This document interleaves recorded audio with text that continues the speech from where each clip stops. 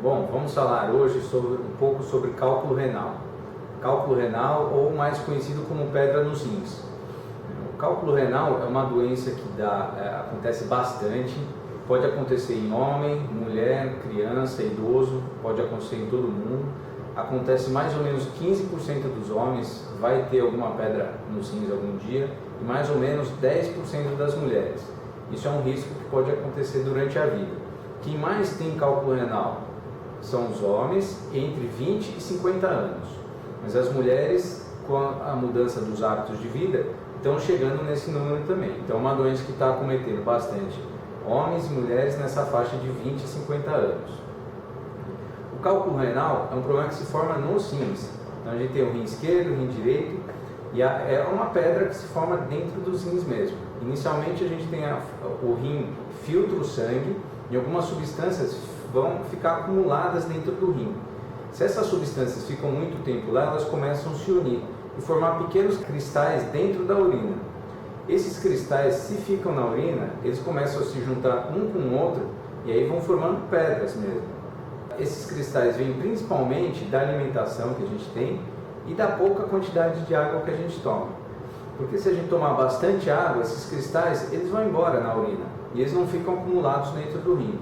Então o problema é formar os cristais e eles ficarem dentro do rim, onde eles vão se concentrar e vão grudar um no outro, formando uma pedra maior. As pedras podem prejudicar os rins, podem levar o rim a funcionar mal e podem dar muita dor. Quem já teve pedra no rim sabe como que dói bastante.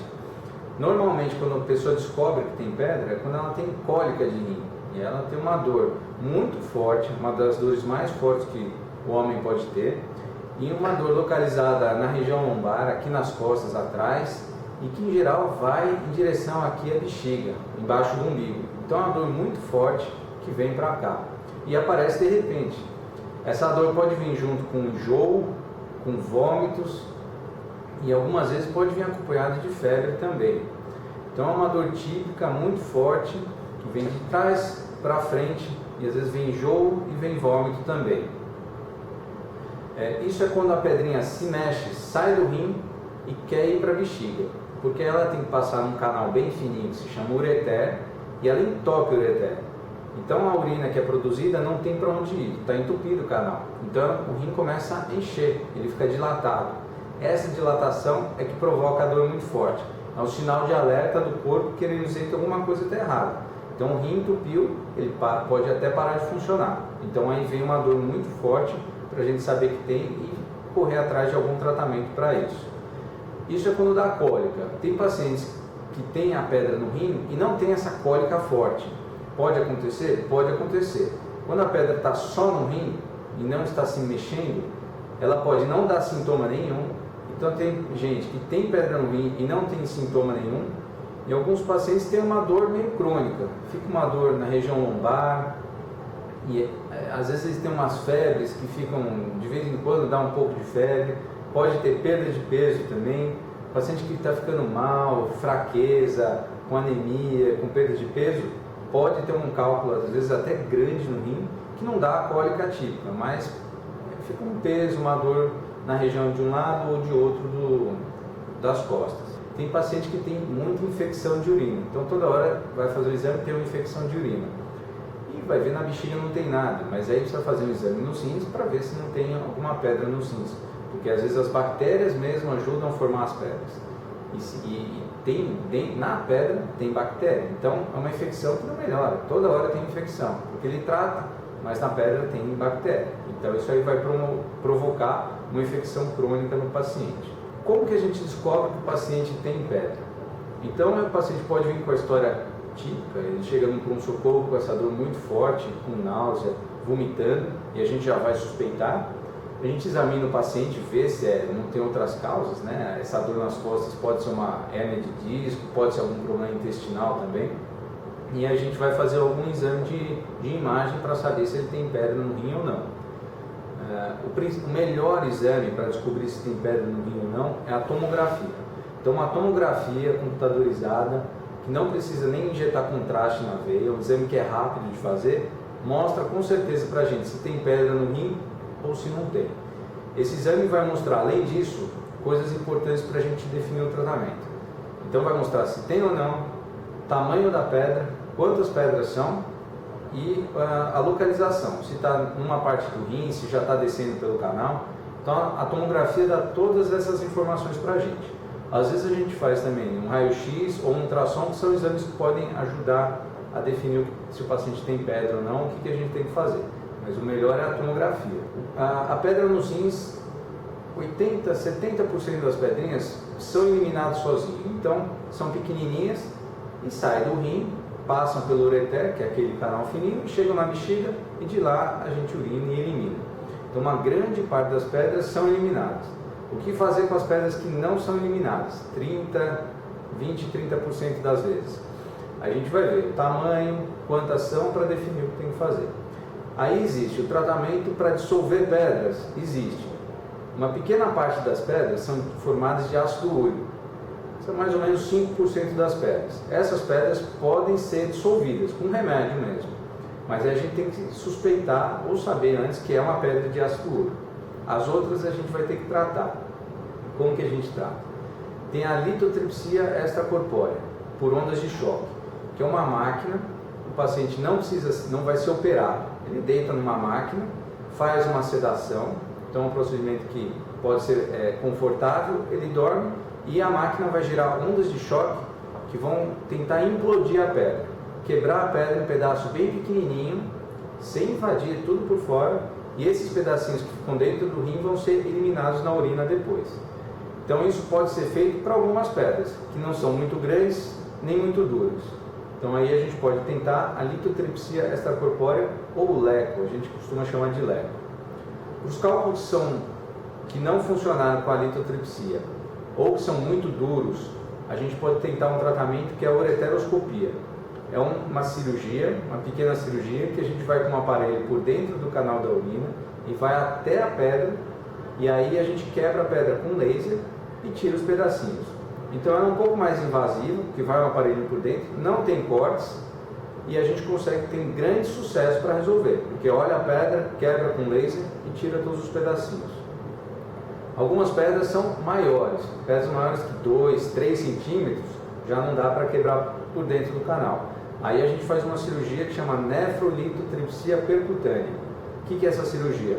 A gente faz um pequeno corte aqui do lado, vai com uma câmera dentro do rim, e aí olha a pedra, quebra a pedra e tira todos os pedaços. A diferença é que a gente usa isso para pedras grandes.